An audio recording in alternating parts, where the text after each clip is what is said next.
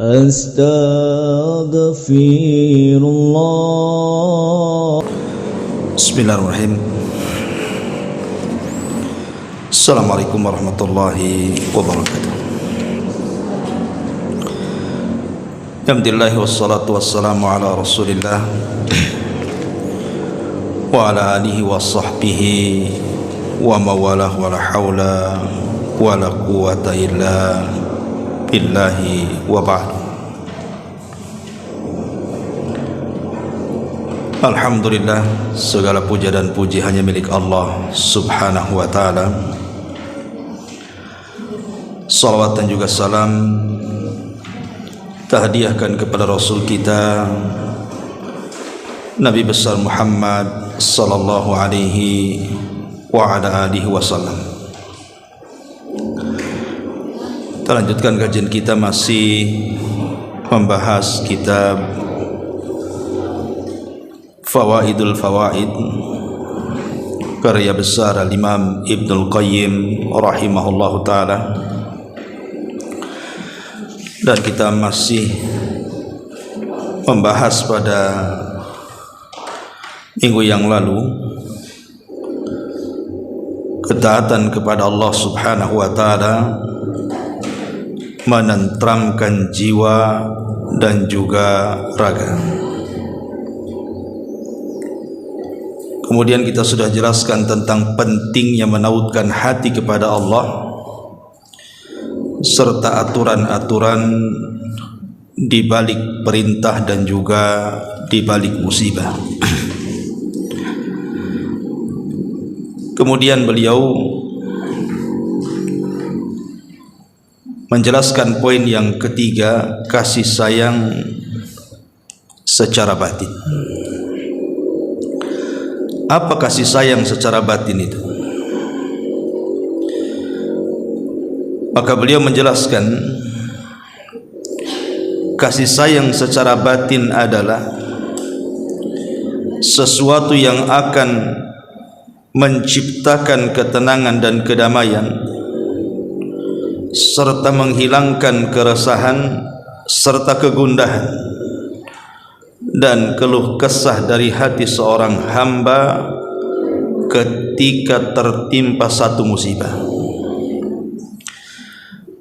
Pada kondisi yang seperti itu, seorang hamba akan merendahkan diri di hadapan Rabb-Nya dengan penuh rasa hina, lalu memandang dengan hatinya dan bersimpuh kepadanya dengan segenap jiwanya.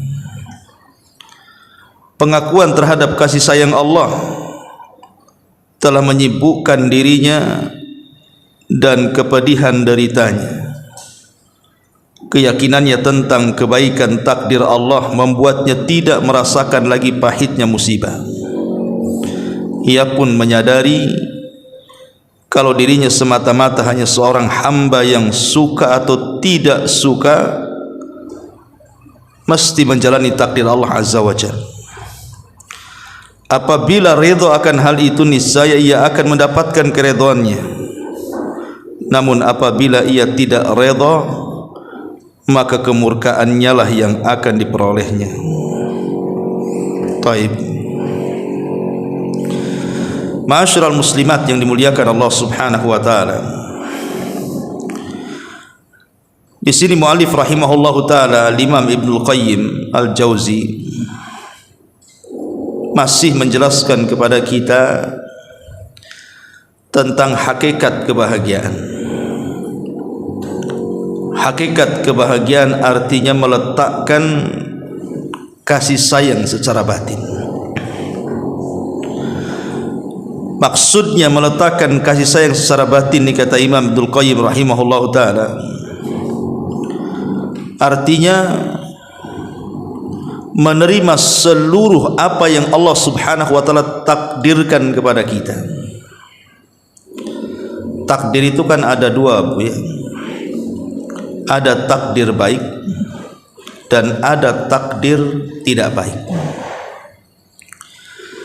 Terkadang kalau takdir itu baik, rasa-rasanya kita ini mengatakan bahwa ini semua datang dari Allah subhanahu wa ta'ala. dia menasabkan nikmat itu kepada Allah Subhanahu wa taala.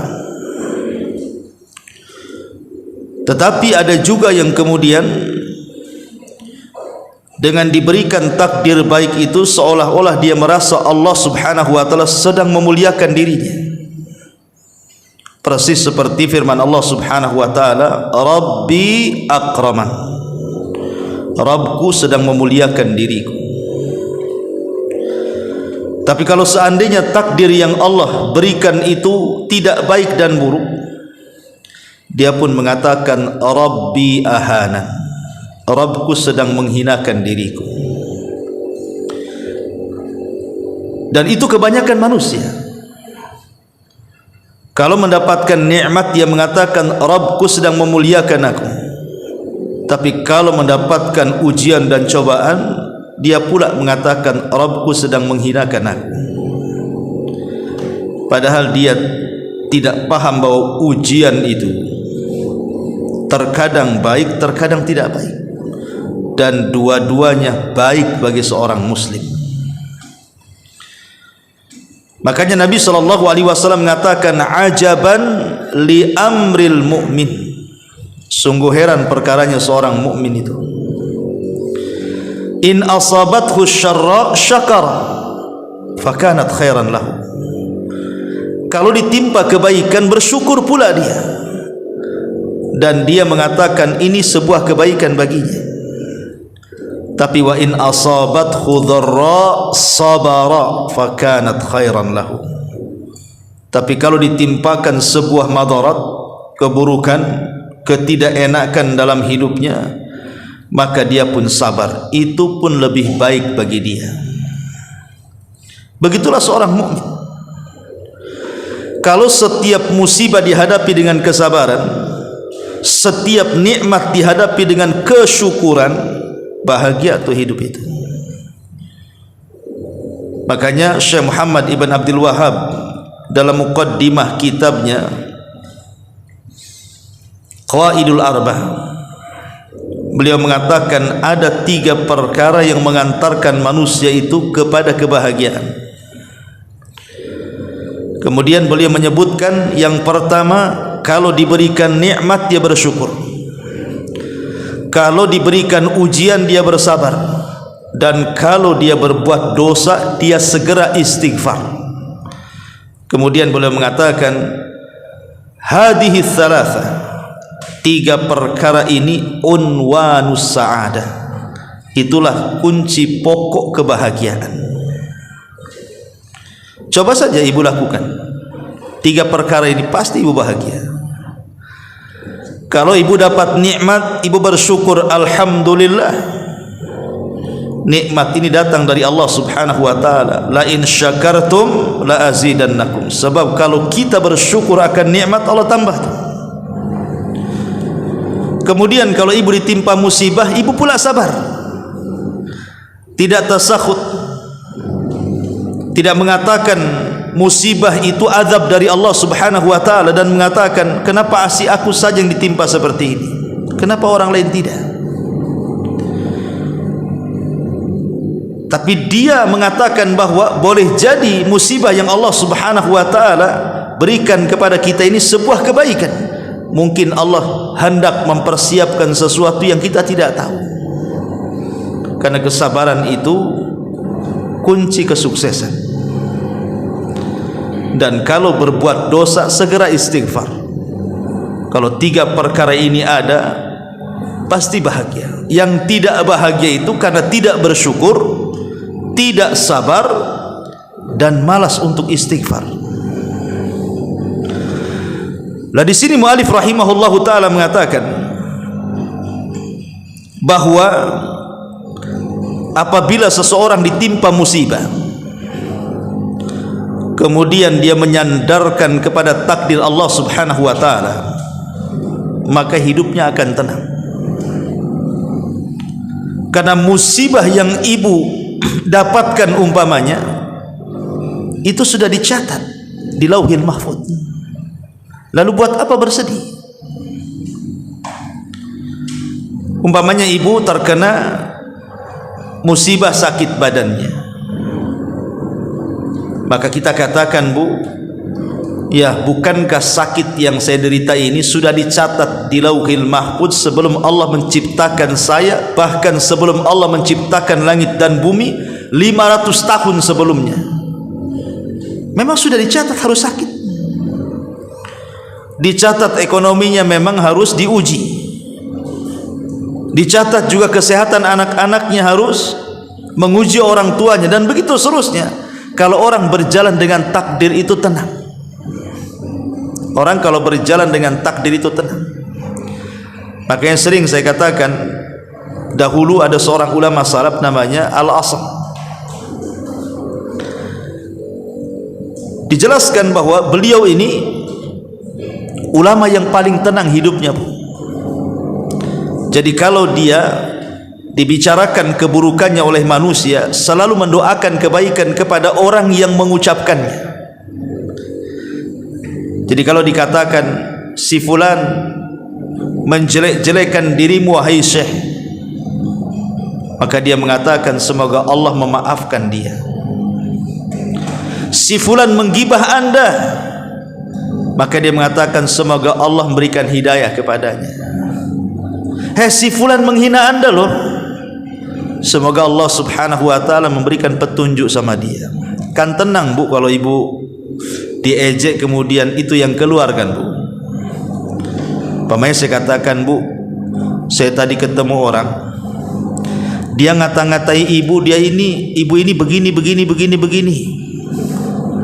Kemudian ibu katakan semoga Allah memaafkan dia. Bisa enggak tuh ngomong gitu tuh? Saya yakin enggak bisa. Paling ibu katakan, ngomong apa dia? Gitu. Kan itu ya. Apalagi yang diomongkan tuh? Berapa poin tuh? Pasti ibu serang balik kan gitu ya. Tapi coba kalau seandainya cara menyikapi sebuah musibah itu ibu bawa ke positif. Seperti tadi Al-Imam Asam ini, si fulan ada yang menghina Anda, semoga Allah memaafkannya. Si fulan menggibah Anda, semoga Allah memberikan hidayah kepadanya. Tenang, Bu, kalau kayak gini. Tapi kalau ibu kemudian saya katakan, Bu, si fulan menjelek-jelekan ibu, ayo kita datang kepada, ngomong apa dia? Ayo, saya ingin ketemu. Itu tidak akan bahagia hidupnya. Makanya, Bu, sebenarnya kata-kata orang itu tidak membahayakan kita. Kalau ada orang bicara, Bu, walaupun pembicaraan itu tidak baik, mungkin bentuknya penghinaan, mungkin bentuknya perendahan, cacian, makian, sebenarnya tidak akan memudaratkan hati ibu. Yang menjadikan hati ibu sempit gara-gara ucapan orang itu karena memikirkan yang diucapkannya. Tapi kalau ibu tidak memikirkan isi ucapannya, biarkan orang itu mengucapkan, gak akan sakit hati kita. Biar sajalah dia ngomong, nanti kan capek sendiri. Tapi kalau ibu memikirkan ucapan orang itu yang membuat hati pula kita tak bahagia. Makanya biarkan orang bicara, tapi ibu jangan memikirkan apa yang dibicarakan. Mengalir begitu saja. Jadi sang alim ini ditanya kuncinya, kenapa engkau bisa tenang menghadapi ucapan manusia itu? Maka salah satu jawabannya adalah karena aku yakin bahwa rizkiku tidak mungkin diambil orang lain. Aku sangat yakin bahwa rizkiku tidak mungkin diambil orang lain. Jadi kalau kita yakin bahwa rizki yang Allah rizkikan kepada kita itu yakin tidak mungkin diambil orang, tenang hidup kita. Lalu kenapa mesti curiga sama orang? Ibu buka warung, kemudian sebelahnya buka warung, laris pula lah yang sebelah itu, sepi pula warung kita. Kalau seandainya ibu yakin bahwa tidak mungkinlah warung sebelah itu mengambil rizki dari yang Allah rizkikan kepada kita, ibu akan tenang. Mungkin sudah rizkinya dia rame, mungkin belum rizkinya saya belum rame, kan tenang tuh. Ya saya kan hanya ikhtiar berdoa saja, semoga Allah subhanahu wa ta'ala melariskan dagangan saya. Kalau sikap kita seperti ini berjalan dengan takdir, Bu, tenang. Tapi kalau tidak berjalan dengan takdir, itu hidupnya was-was, Bu. Jangan-jangan pakai dukun tuh, jangan-jangan rajahnya banyak tuh. Jangan-jangan dia hasad dengan saya, jangan-jangan meletakkan apa, jangan-jangan, akhirnya tidak tenang hidupnya.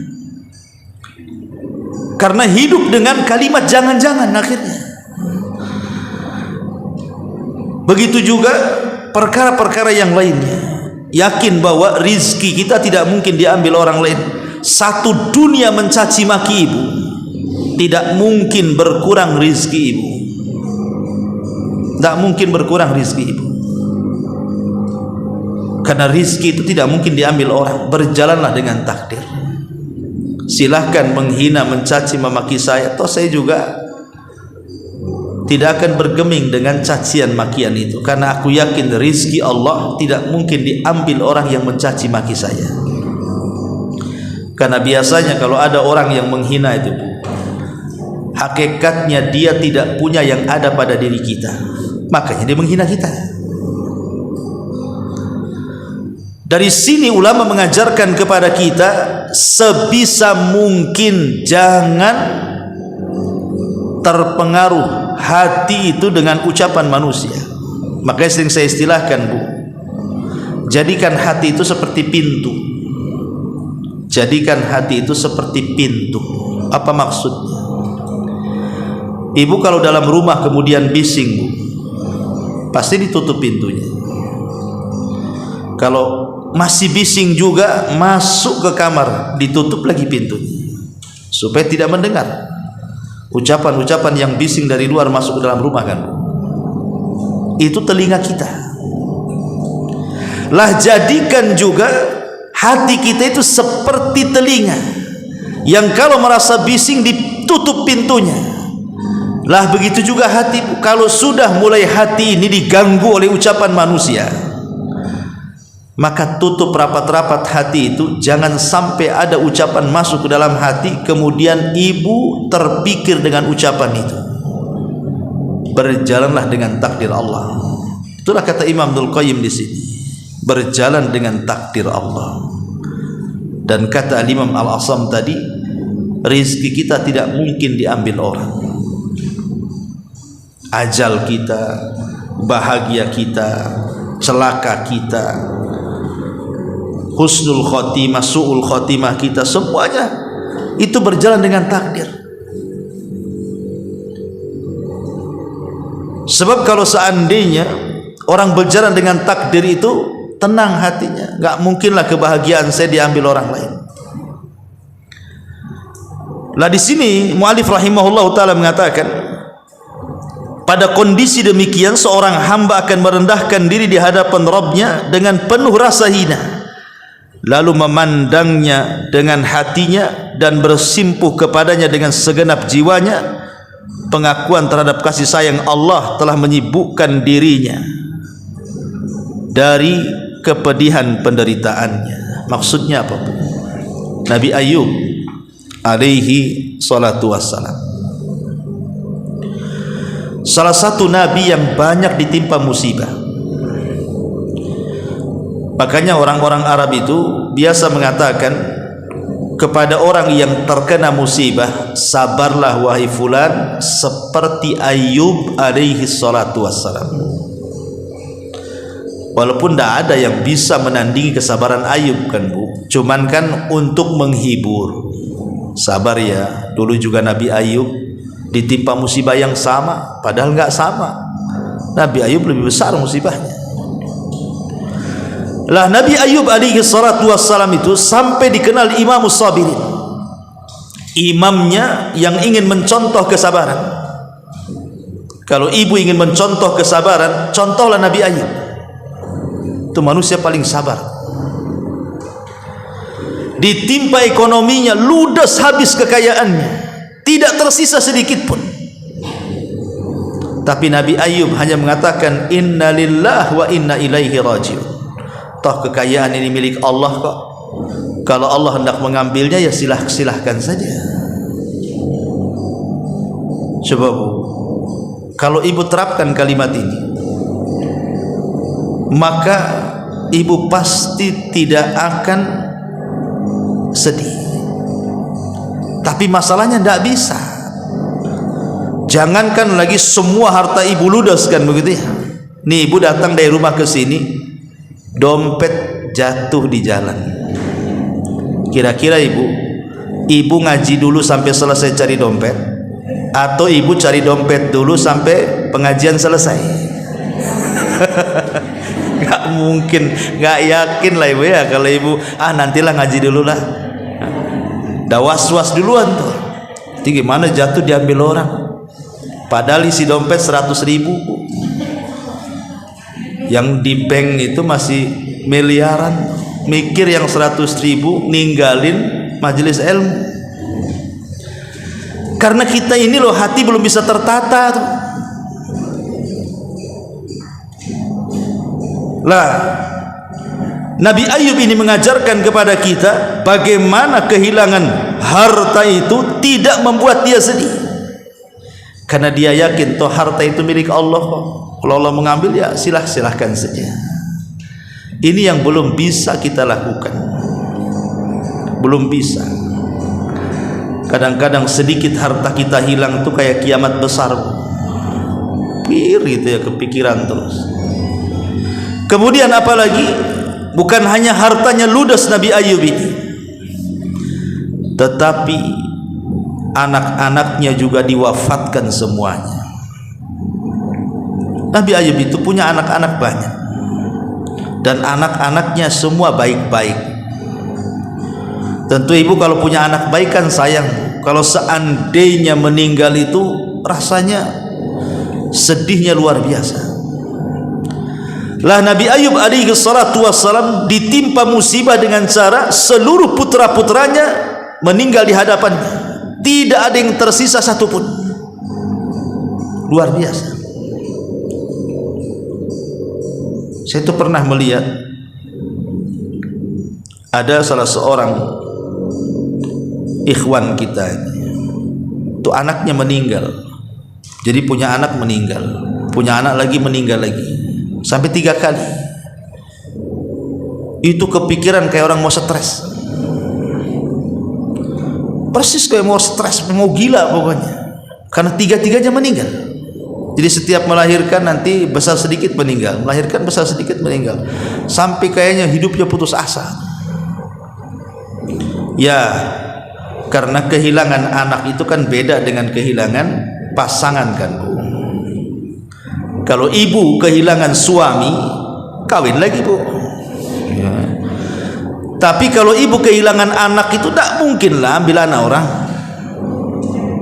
Beda cinta kepada anak kandung dengan anak orang kan beda Bu. Karena namanya anak itu kan si jantung hati bahasanya, memang itu darah daging kita. Kalau ditimpa meninggal, makanya jangankan kita ya, Nabi SAW saja ketika Ibrahim putranya meninggal, sedihnya luar biasa. Sampai-sampai mengatakan kepada Abdurrahman ibn Auf itu, wa inna li firaqika ya Ibrahim lamahzunun. Perpisahan diriku dan dirimu wahai Ibrahim sungguh menyayat hati. Sampai Rasul menangis dan mengatakan kepada Abdurrahman ibn Auf, ini adalah tangisan rahmat, tangisan kasih sayang seorang bapa kepada anaknya. Tapi Nabi Ayub mencontohkan menghadapi kematian putra-putranya berjalan dengan kesabaran, sabar. Inna lillahi wa inna ilaihi rajiun. Apalagi ujian Nabi Ayub, ditimpa penyakit. Penyakit ini aneh karena tidak ada penyakit yang seperti itu pada kaumnya. Sampai-sampai dijelaskan oleh para ulama sejarah itu, jadi Nabi Ayub itu diberikan penyakit dari atas kepala sampai kaki itu penuh dengan benjolan. Benjolan ini isinya nanah dan darah serta cairan yang sangat bau, sehingga manusia takut mendekati dirinya, disangka penyakit menular.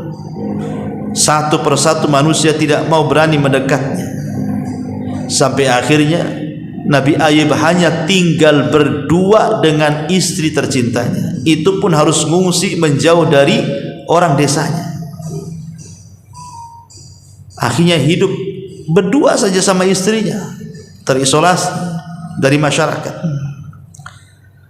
Tapi Nabi Ayub alaihi salatu wassalam dengan kesabarannya, dia menasabkan seluruh musibah yang menimpanya itu bagian daripada kasih sayang Allah.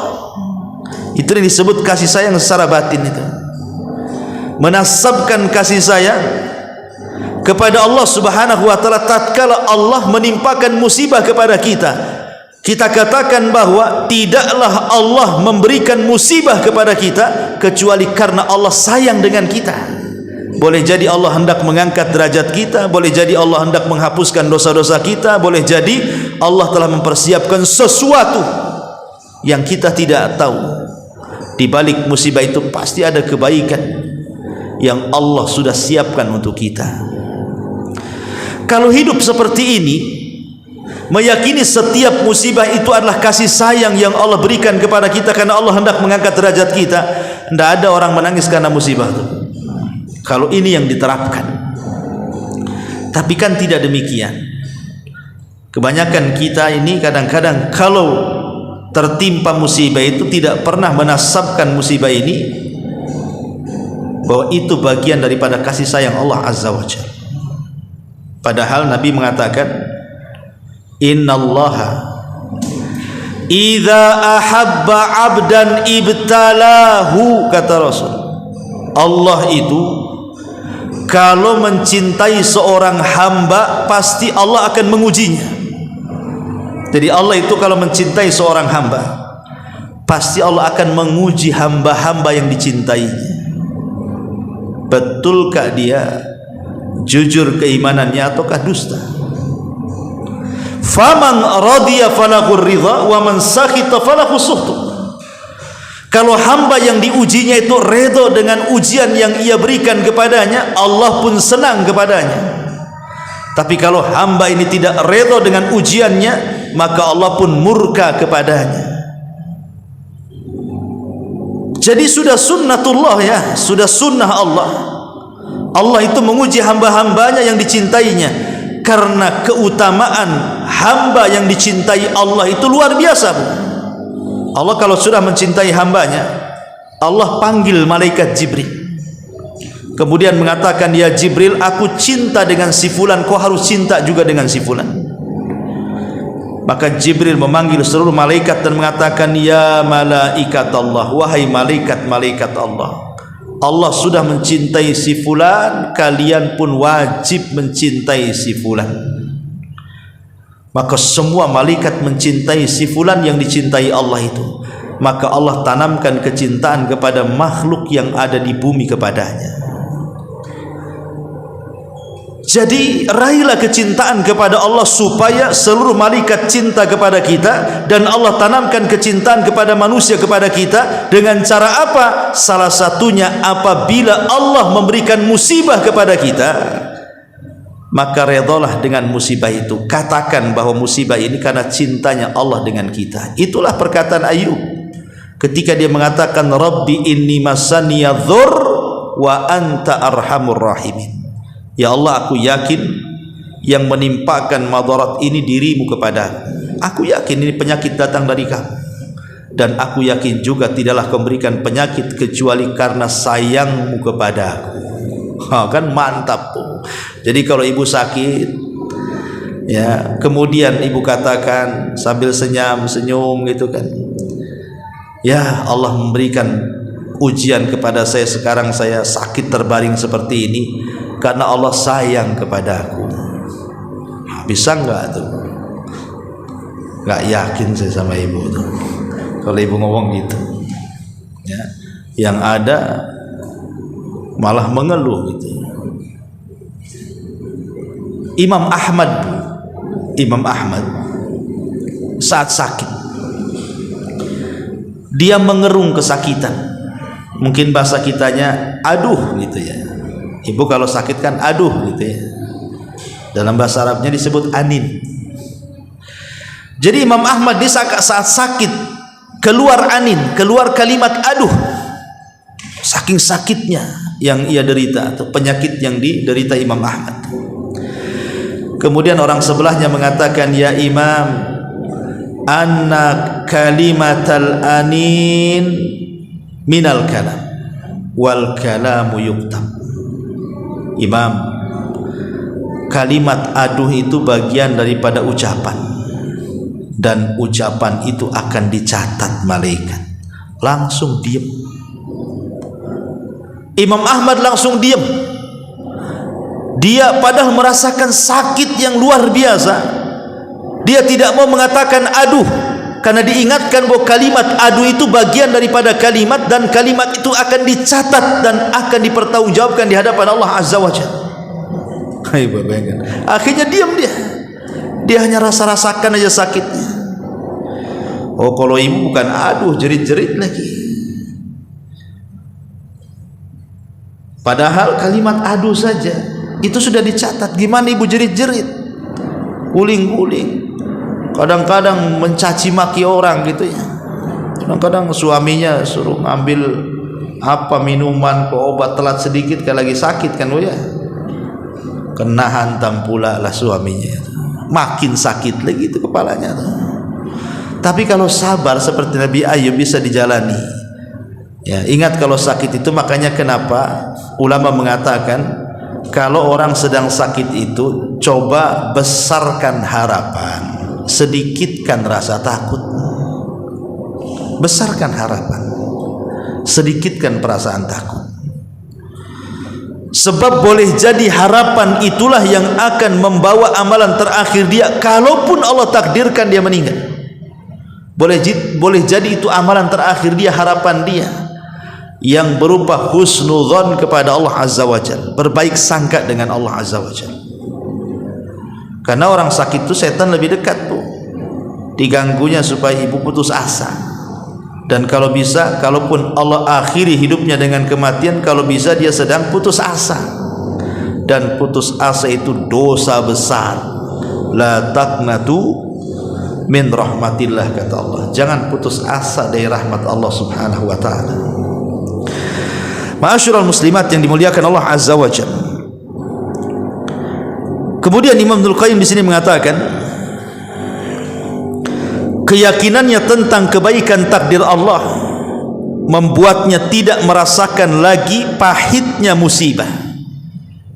Ini kalimat penting. Ibu kalau seandainya mengatakan apapun yang Allah takdirkan itu baik, apakah takdir itu takdir baik ataukah takdir itu tidak baik, tetap ibu kita katakan baik. Ini ada kebaikan di dalamnya, karena Allah tidak mungkin menciptakan keburukan itu buruk 100%. Pasti ada kebaikan di dalamnya. Contoh nih, Allah menciptakan iblis. Apakah iblis itu buruk 100%? Allah menciptakan Fir'aun. Apakah Fir'aun itu buruk 100%? Allah menciptakan Abu Jahal, Abu Lahab. Apakah ketika Allah menciptakan Abu Jahal, Abu Lahab itu buruk 100%? Tidak ada. Allah itu menciptakan keburukan 100%. Pasti di balik itu ada kebaikan. Kalau tidak ada iblis, tidak ada neraka dan surga. Kalau tidak ada iblis, tidak bisa dipisahkan mana yang baik, mana yang buruk. Kalau tidak ada iblis, tidak bisa dipisahkan mana yang ikhlas, mana yang tidak ikhlas, kan? Berarti adanya iblis itu ada kebaikan, supaya tahu mana yang jujur imannya, mana yang tidak jujur imannya, mana yang jadi pengikut iblis, mana yang menjadi musuh iblis. Jadi tidaklah Allah menciptakan keburukan itu kecuali ada kebaikan di dalamnya. Karena tidak ada keburukan itu yang 100%. Pasti ada kebaikan di situ. Artinya kalau seandainya kita mengikuti perkataan Imam Ibnul Qayyim itu, setiap takdir itu dianggap baik, kata beliau, tenang hati kita ini. Tenang hati kita ini kalau seperti itu. Tapi kan kenyataannya sulit. Ibu nganggap baik itu kalau takdirnya baik, kan ya. Kalau takdirnya tidak baik itu ya nggak akan mengatakan ini kebaikan bagi saya, yang ada ini keburukan bagi saya. Coba kita perhatikan sejarah Nabi SAW. Di permulaan dakwah Nabi SAW itu tidak ada yang menghormati. Tidak ada yang menghormati Nabi SAW di permulaan dakwah. Yang ada Rasul dikatakan tukang sihir, yang ada Rasul dikatakan gila, yang ada Rasul dikatakan perangkai syair, yang ada Rasul dikatakan pemecah belah, macam-macam ucapan orang. Nabi tidak selamat dari ucapan orang. Semua mencaci maki dia. Sampai akhirnya kemudian dia harus hijrah ke Taif. Kemudian penduduk Taif bukan hanya menerima dakwah Rasul yang ada lebih keras dibandingkan permusuhnya orang-orang Quraisy, bahkan wanita-wanita ikut melempar dengan batu mencaci maki. Anak-anak kemudian meletakkan duri di jalan supaya Rasul tersakiti, dan laki-lakinya melempari Nabi SAW dan mengusirnya. Tapi Nabi SAW tidak pernah mengeluh kepada Allah. Ini hebatnya Nabi. Kita ini punya Nabi super hebat. Nabi tidak mengeluh. Padahal Nabi SAW itu disakiti luar biasa, bukan hanya dari ucapan, dari perbuatan pula gitu. Tapi Nabi SAW mengeluh kepada Allah Subhanahu wa ta'ala.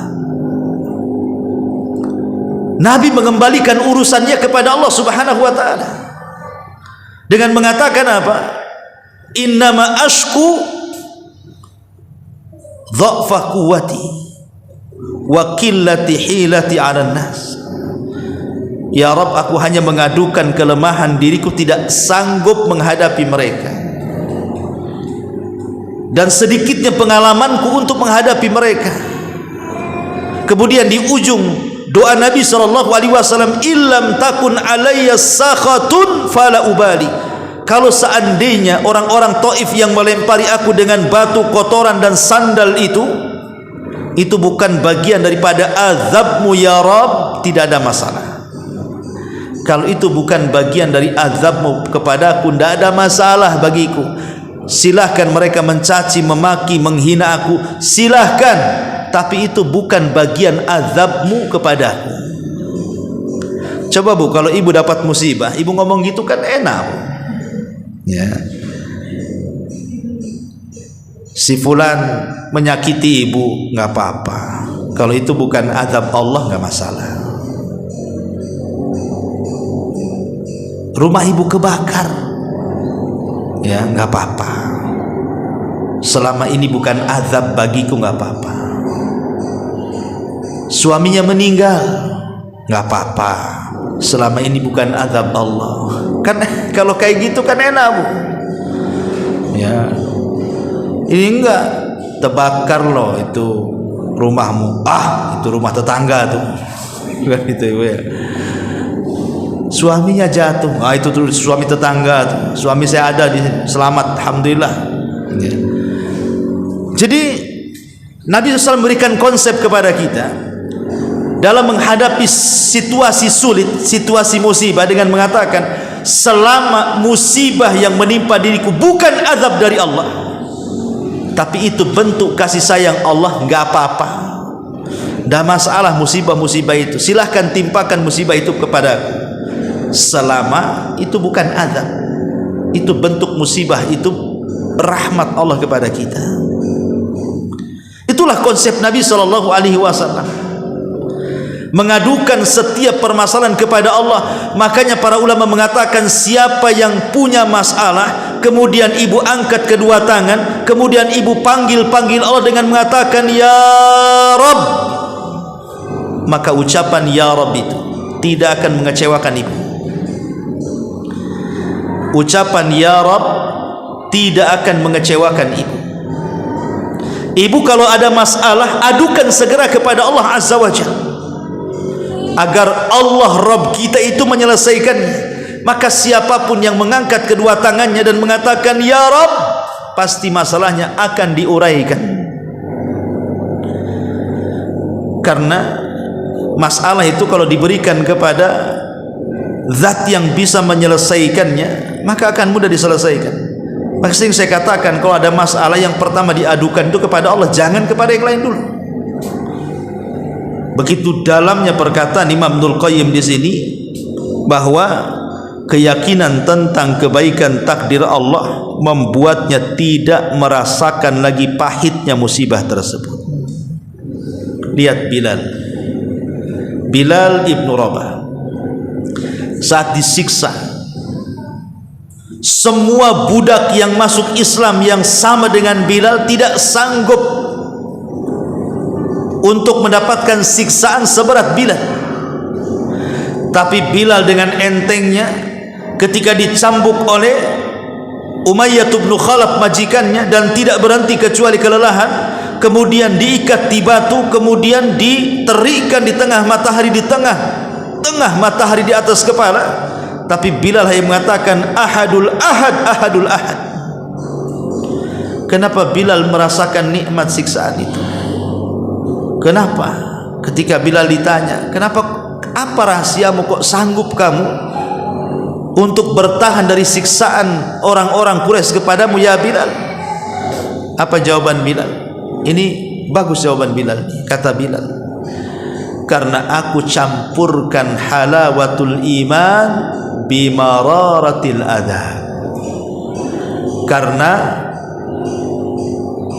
indahnya, manisnya, lezatnya keimanan lebih mengungguli daripada keperitan azab yang aku rasakan. Lihat bagaimana Bilal memberikan konsep hidup bahagia kepada kita ini. Apa kata Bilal? Karena lezatnya iman itu mengalahkan keperitan penderitaan. Itu yang menjadikan aku tidak merasakan cambukan-cambukan itu. Kenapa? Karena iman itulah yang mendominasi dalam hatiku. Kelezatan iman itu yang melupakan segalanya. Harusnya kita seperti itu. Ambil konsep Bilal bin Rabah radhiyallahu anhu.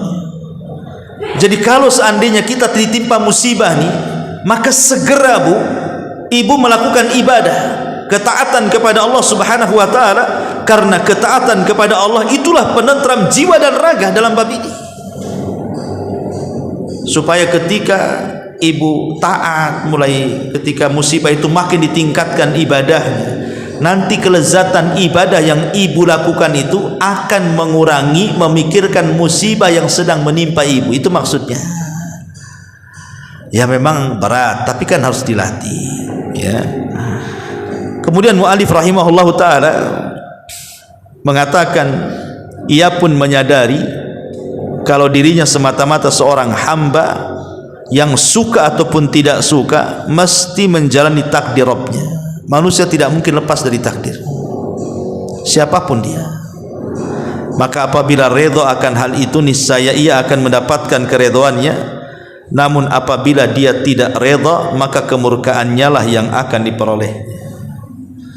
Kemarin sudah saya singgung macam-macam orang dengan musibah itu kan. Maka yang terburuk dari orang yang mendapatkan musibah itu, apabila satu hatinya tidak ikhlas, lisannya tidak redha karena mencela Allah, dan juga dia marah seolah-olah musibah itu azab yang sedang ditimpakan kepadanya. Ini seburuk-buruk orang yang mendapatkan musibah kemudian dia melakukan hal yang seperti itu. Ma'asyiral muslimat yang dimuliakan Allah Azza wa Jalla, inilah perkataan mu'alif. Kemudian yang terakhir beliau tutup, kasih sayang secara batin ini merupakan buah dari muamalah batiniyah, kesalehan batin yang disebut sebelumnya. Semakin soleh batinnya, semakin bertambah kasih sayang secara batin yang diperolehnya. Sebaliknya, semakin berkurang kesolehan batinnya, maka semakin berkurang kasih sayang secara batin yang diraih. Maksudnya tetap kembali kepada kesolehan hati. Kalau hati ini baik, maka badan juga akan tergerak untuk melakukan kebaikan. Tapi kalau hati ini jahat, maka badan pun akan tergerak untuk melakukan kejahatan. Makanya di tempat lain saya jelaskan pembahasan tentang rahatul bal. di antara satu sifat penduduk sorga itu adalah Allah anugerahkan kepada penduduk sorga itu rahatul bal, kebahagiaan mutlak pada hatinya. Karena seluruh penduduk sorga itu cuma satu hati, Bu. Kalau kita di dunia kan banyak hati. Walaupun ibu kumpul di satu pengajian nih, yang kumpul-kumpul di sini itu kan macam-macam kan hatinya, Bu. Ada yang hatinya sedang dendam sama kawan sebelahnya, ya, ada yang hatinya memikirkan hutang mau bayar ke sebelahnya, ada yang hatinya sedang terpikir macam-macam kan, Bu ya. Itu di dunia itu kan hati macam-macam tuh. Tapi kalau di sorga itu cuma satu hati, ya. Jadi di sorga itu satu hati karena Allah cabut segala sesuatu yang bisa menyedihkan hatinya. Makanya penduduk sorga itu tidak ada yang dendam, tidak ada yang hasad, tidak ada yang marah, tidak ada dengki, tidak, pokoknya betul-betul wa naza'na ma fi sudurihim min ghillin ikhwana. Kami cabut segala sesuatu yang bisa mengotori hatinya, sehingga semua penduduk sorga itu ata biqalbin salim, datang dengan buah hati yang selamat. Kenapa? Dan itulah rahasia kenapa penduduk sorga bahagia, ya. Rahasia kenapa penduduk sorga itu bahagia, karena hatinya tidak ada penyakit, semua dicabut. Maka rahasia besar bahagia itu sekali lagi adalah dengan cara rahatul bal. Bahagiakan hati, maka yang lainnya bahagia. Tapi kalau hati sempit, yang lain ikut sempit. Itu yang dikatakan Ibnul Qayyim di sini. Yang penting hati itu tenang, maka yang lain ikut tenang. Tapi kalau hati tidak tenang, yang lain tidak akan tenang. Makanya kenapa hati para ulama, walaupun badan-badan mereka di penjara, Bu, para ulama itu tidak pernah merasakan sedih. Bahkan ada seorang ulama mengatakan, kalau seandainya para raja, kalau seandainya anak-anak raja itu tahu betapa bahagianya kita para ulama di dalam penjara, tentu mereka akan datang menghunuskan pedang-pedang mereka di kepala kita. Ini ucapan para ulama salaf dulu. Kalau seandainya para raja dan anak-anak raja itu mereka mengetahui betapa bahagianya kita para ulama di penjara ini, tentu mereka akan datang dengan pedang dan memenggal kepala kita. Kenapa jasad-jasad para ulama, walaupun mereka di penjara seperti Ibnu Taimiyah di penjara sekian tahun, Imam Ahmad di penjara sekian tahun, Imam Bukhari, Imam Syafi'i, para ulama salaf dulu itu banyak di penjara oleh pemerintah, tapi mereka tenang-tenang saja. Karena yang di penjara itu hanya fisiknya saja, hatinya tidak di penjara. Makanya kemudian batinnya tenang-tenang saja para ulama itu, karena mereka menyangka silahkan badan saya kalian penjara, tapi hati tidak bisa dipenjara. Makanya kenapa hati para ulama itu adalah hati yang sangat mulia, dan kemuliaan hati itu ada pada hati tidak berubah. Coba, Bu, kalau bisa hati ibu itu jangan berubah. Baik mendengar orang yang mencela ibu, baik mendengar orang yang memuji ibu, jangan berubah. Sebab ibu ini kadang udah berubah masalahnya. Kalau ada yang muji, langsung ambil cermin. Betul nggak ya orang itu ngomong saya? Kayaknya langsung besar lah hidungnya tuh, Bu. Tapi kalau dengar ada orang yang mencela, langsung ciut, langsung terasa terhina dengan ucapan orang. Coba kalau seandainya kita jadikan sama antara pujian dan celaan. Anda mau mencela silahkan, Anda memuji ya silahkan. Hati saya tidak pernah berubah. Bahagia, Bu, kalau kayak gini. Ibu bisa tidak mempedulikan celaan dan pujian, tidak menjadikan memuji kemudian besar kepala kita, tidak pula menjadikan celaan itu mengecil pula kepala kita. Karena orang-orang yang mereka meladeni ucapan orang ketika memuji, tiba-tiba kemudian besar kepalanya, ketika ada yang mencela kemudian kecil, terasa kecil dan hina kita, itu biasanya hidupnya tidak bahagia. Cobalah jadikan kemuliaan itu bukan dari pujian orang, dan juga jangan pernah menjadikan sebuah kehinaan itu karena celaan orang. Celaan orang itu tidak menjadikan ibu terhina, sebagaimana pujian orang tidak menjadikan ibu ini naik pangkat dan derajatnya. Karena izzah itu hanya milik Allah. Siapapun yang Allah Subhanahu wa ta'ala angkat derajatnya, tidak ada satupun makhluk merendahkannya. Tapi kalau Allah sudah merendahkannya, satu dunia mau mengangkat derajatnya tidak akan bisa. Maka kemuliaan itu hanya milik Allah. Walillahi izzatu jami'ah. Kemuliaan itu hanya milik Allah semuanya. Mintalah kepada Allah. Karena terkadang kalau kita melihat orang-orang yang ketika kita sukses mereka tepuk tangan, mengucapkan selamat, tapi ketika kita telungkup, ketika kita gulung tikar dan bengkrak, tangan yang digunakan untuk menepuk saat keberhasilan kita, mereka letakkan di muka-muka saat ketika kita gagal dalam usaha. Lalu apa gunanya tepuk tangan itu? Ya. Ketika kita sukses, mereka tepuk tangan. Ketika kita kemudian jatuh, mereka pun meletakkan tangan di muka-muka mereka.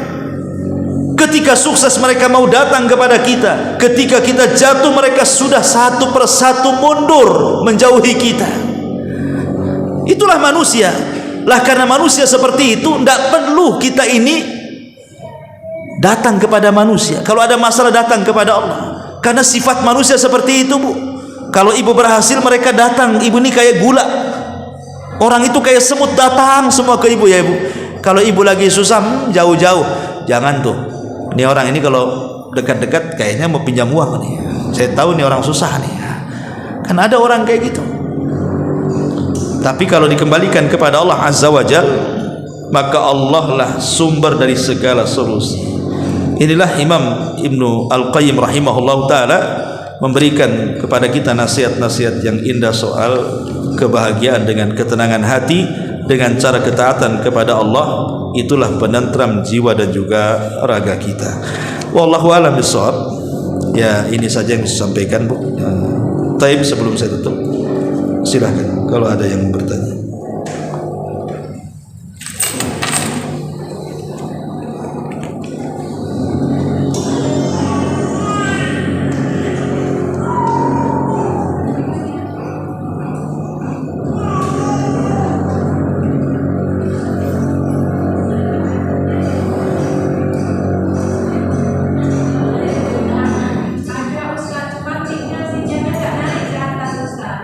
Apa tuh? Ada yang bertanya, cuma mikirnya si cewek gak naik ke atas, tapi ada di bawah. Oh gitu. Ya. Jadi yang nanya siapa? Yang di atas ke yang di bawah?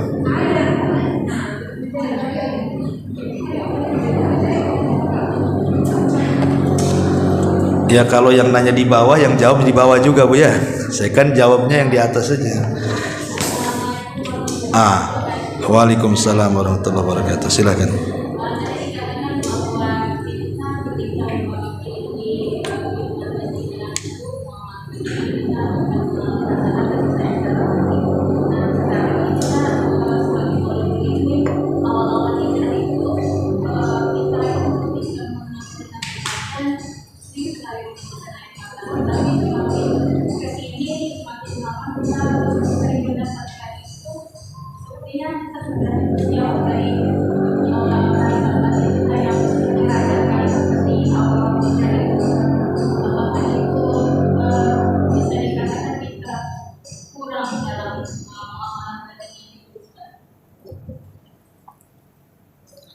Bisa diulang nggak nih soalannya?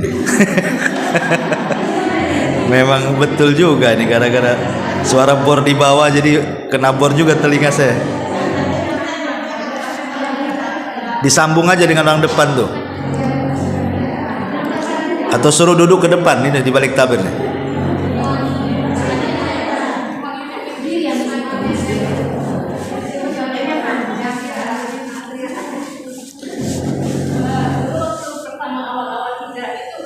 Ya.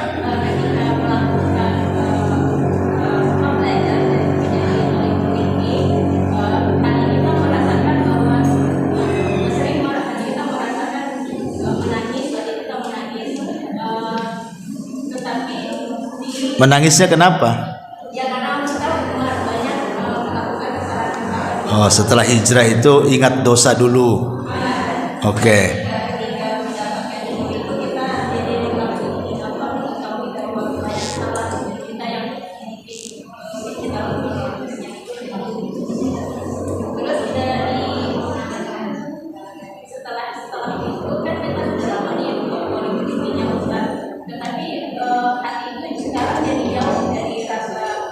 Jadi keras. Harusnya makin lama ngaji makin khusyuk ya. Iya. Bisa dikatakan bahwa kita itu kurang dalam amalan muamalah dunia. Karena tadi telah disebutkan oleh Imam Bukhari bahwa ketika kita banyak melakukan amalan dunia itu kita merasakan Iya. Iya. Ya, alhamdulillah. Dahulu ada seorang sahabat, sahabat Nabi Sallallahu Alaihi Wasallam, namanya Handalah. Jadi ada sahabat Rasul namanya Handalah. Handalah itu sahabat yang dibesarkan para malaikat. Gara-gara ketika dia gugur mati syahid, dia sedang junub. Makanya disebut Handalah itu ghasilul malaikat. Jadi satu kisah dari Handalah. Satu hari Handalah ini datang ke Abu Bakar Siddiq radhiyallahu anhu dan mengatakan, "Ya Abu Bakar, jangan-jangan saya munafik." Kata Abu Bakar, "Kenapa?" "Iya, jangan-jangan saya munafik, wahai Abu Bakar."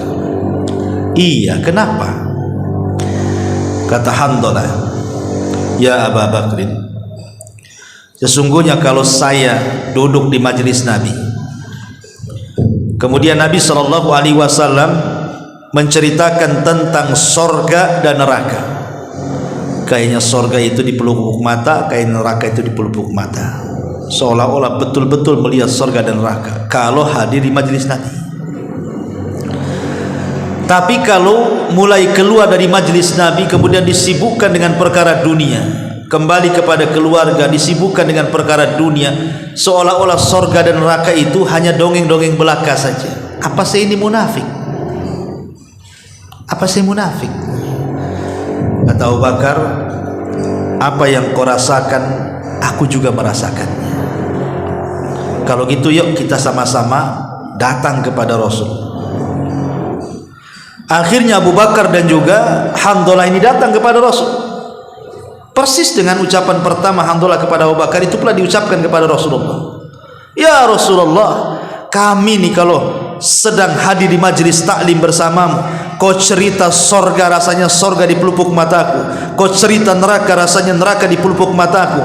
Tapi setelah kami pergi beranjak dari majelis taklimmu, kemudian disibukkan dengan keluarga, disibukkan dengan pekerjaan dunia, rasa-rasanya sorga dan neraka itu bagaikan dongeng belaka. Apakah kami berdua munafik, wahai Rasul?" Maka Rasul SAW mengatakan, "Tidak, kalian bukan munafik dan tidak masuk ke kategori munafik. Walakin ya Handalah sa'atan sa'ah. Walakin akan tetapi wahai Handalah, jika demikian kondisinya, bagilah waktu-waktumu, sa'atan sa'ah. Satu waktu kau boleh sibuk dengan perkara duniamu, tapi satu waktu kau sibukkan dengan perkara akhiratmu. Ya, satu hari kerja, ya satu hari ngaji. pagi kerja malam ngaji, pokoknya diselang-seling seperti itu. Jangan nggak pernah ngaji ya. Jadi Rasul kemudian memberikan nasihat kepada Handalah seperti itu. Kenapa Nabi SAW memberikan Handalah? Sebab kalau seandainya Handalah ini lepas begitu saja, sudah tidak pernah hadir di majelis ta'lim, lepas dengan dunianya saja, tentu ketika dia mengatakan sorga dan neraka itu bagikan dongeng belaka, lama-lama dia nggak yakin lagi dengan sorga neraka itu. Makanya Rasulullah mengatakan, bolehlah kau sekali-kali sibuk dengan dunia, tapi sekali-kali juga hadirlah di majelis ta'lim, supaya cerita sorga neraka itu seolah-olah di pelupuk mata, tidak ditinggalkan akhirat. Maknanya adalah, dari sini kita tahu bahwa nasihat Rasul boleh disibukkan dengan dunia, tapi jangan lupakan akhirat. Pertanyaannya adalah, ada sebagian orang yang di awal-awal hijrah itu rasanya menangis, senang, bahagia luar biasa karena mendapatkan petunjuk dari Allah. Yang dulunya sesat menjadi dapat hidayah umpamanya. Tapi setelah lama-lama di pengajian, kok hati makin keras ya. Dulu bisa nangis, sekarang tak bisa nangis. Dulu nangisnya kenapa Bu? Mikirin utang atau apa nih? Jadi ada orang-orang yang makin mengeras hatinya. Ini kenapa ini kok bisa keras? Boleh jadi jawabannya adalah karena persis seperti yang dikatakan Imam Ibnul Qayyim di sini. Kita tidak pernah menata hati kita. Kita hanya menata kecerdasan kita saja. Utu zakaan wala yu'tu zaka, utu zakaan wala yu'tu zakaan. Kata Ibnu Taimiyah rahimahullah taala, Allah berikan kecerdasan tapi Allah tidak memberikan kejernihan hati. Jadi ibu lama ngaji itu hanya untuk mencari kecerdasan saja, tahu hukum ini, tahu hukum itu, tahu hukum ini yang dulu tidak tahu jadi tahu. Tahu ini sunnah, tahu ini bid'ah, tahu ini syirik, tahu ini tauhid, tahu ini taat, tahu ini tahu hukum sholat, hukum ini. Hanya kecerdasan saja yang ibu pelajari itu. Kecerdasan dengan kejernihan hati itu beda. Karena kejernihan hati itu melahirkan akhlak. Kecerdasan itu melahirkan intelektual, pemikir, cerdik pandai. Dan dua-duanya harus terpenuhi itu, antara kecerdasan dengan akhlak. Karena banyak orang yang cerdas tidak berakhlak, tapi banyak orang yang berakhlak bego pula dia. Makanya harus ditemukan antara kecerdasan dan juga kejernihan hati. Boleh jadi orang yang sudah hijrah lama-lama itu sering hadir di majelis taklim itu hanya mencari ilmu tapi tidak mempelajari adab, menata hati. Coba tata hati kembali. Dengan cara apa Bu? Dengan cara al-khalawatu billah, bersendirian dengan Allah. Bangun tengah malam, sepertiga malam akhir gitu ya, bermunajat, tahajud, ingkisar, merasa fakir dengan Allah Azza wa Jalla. Biasakan ibadah-ibadah yang tidak ada yang tahu kecuali Allah dengan ibu saja. Dan latih hati. Kalau ada orang yang menyakiti, kan ibu sudah ngaji kayak gini, sekarang tinggal latihan, dipraktekkan gitu ya. Bu, saya dengar ibu dikatain sama orang-orang itu loh, ibu begini-begini. Gak apa-apa, semoga Allah maafkan dia. Dipraktekkan tuh dari sekarang tuh omongan kayak gitu itu. Jangan gaya-gaya zaman bahula pula masih ibu pakai. Ada yang nyakiti ibu, siapa? Berani dia sama saya? Emang dia siapa? Nggak, tinggalkan kata-kata itu tidak menata hati namanya. Ya, jadi dari sekarang dipraktekkan ilmunya. Ya, kalau mendengar hal-hal yang tidak enak, semoga Allah berikan hidayah kepada dia, semoga Allah maafkan dia, semoga Allah berikan petunjuk kepada dia, semoga Allah begini-begini dan begitu seterusnya, supaya tenang. Ya, dipraktekkan ya. Kalau nggak dipraktekkan macam mana mau nata hati? Hanya sebagai pengetahuan saja. duduk di majelisnya Abu Hurairah, dengar dah pulang ya jiping namanya itu, ngaji kuping bu ya. Jadi dengarnya itu waktu ngaji. Jadi kalau saya ngomong masuklah ke telinga kanan ibu itu, nanti kalau turun dari musola ini ke bawah itu keluar pula di tengah kirinya tuh. Jadi adalah yang ngetem ilmu itu di kepala kemudian diamalkan. Wallahu a'lam. Ya bu, sudah setengah 12, satu aja lah, banyak yang tanya. Subhanaka bihamdika asyhadu an la ilaha illa anta astaghfiruka wa atubu ilaik. Allahu ta'ala alam. Assalamualaikum warahmatullahi wabarakatuh.